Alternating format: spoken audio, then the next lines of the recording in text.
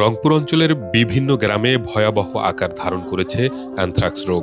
দিনে দিনে ছড়িয়ে পড়েছে বিভিন্ন জেলা উপজেলা থেকে প্রত্যন্ত গ্রাম অঞ্চলে।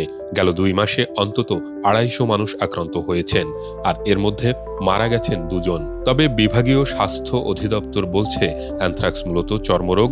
এই রোগে মৃত্যুর তেমন সম্ভাবনা নেই।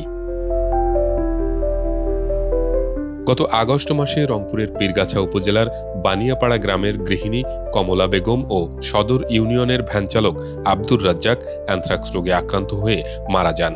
সে সময়ে তাদের প্রতিবেশী ও পরিবারের অন্তত 20 জন নারী পুরুষ আক্রান্ত হন। একই রোগে আক্রান্ত হয়ে মারা যায় আরও 2 শতাধিক গরু ছাগল। আমার মারা গেছে, সামান্য একটা ফোসকা উঠছিল। উঠার পর 4-5 দিনের মধ্যে আমরা চিকিৎসা করার পরে মেডিকেল নিয়ে গেছি। মেডিকেল নিয়ে যাওয়ার পর মারা গেছে।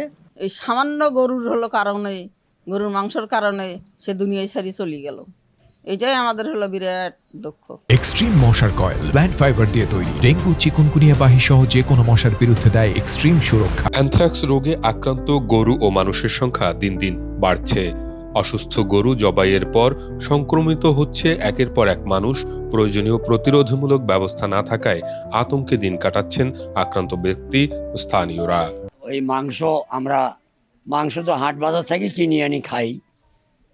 মাংস নিয়ে আসছি, আনার পরে পাকশাক করছে, খাইছি। আমার স্ত্রী আজকে 31 দিন মারা গেছে। পীরগাছা উপজেলায় সর্বপ্রথম অ্যানথ্রাক্স রোগটির দেখা মেলে একটি পশুর শরীরে, এরপর ধীরে ধীরে ছড়িয়ে পড়ে মানুষের শরীরে।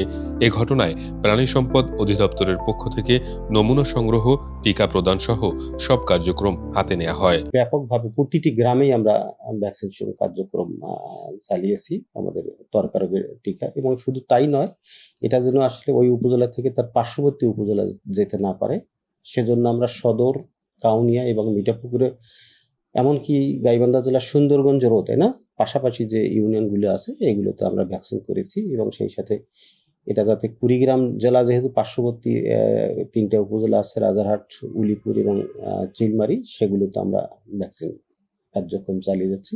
এই রোগ মাটি ও ঘাসে বিরাজমান, তাই আতঙ্ক নয়, সচেতনতা বাড়ানোর দাবি সংশ্লিষ্টদের।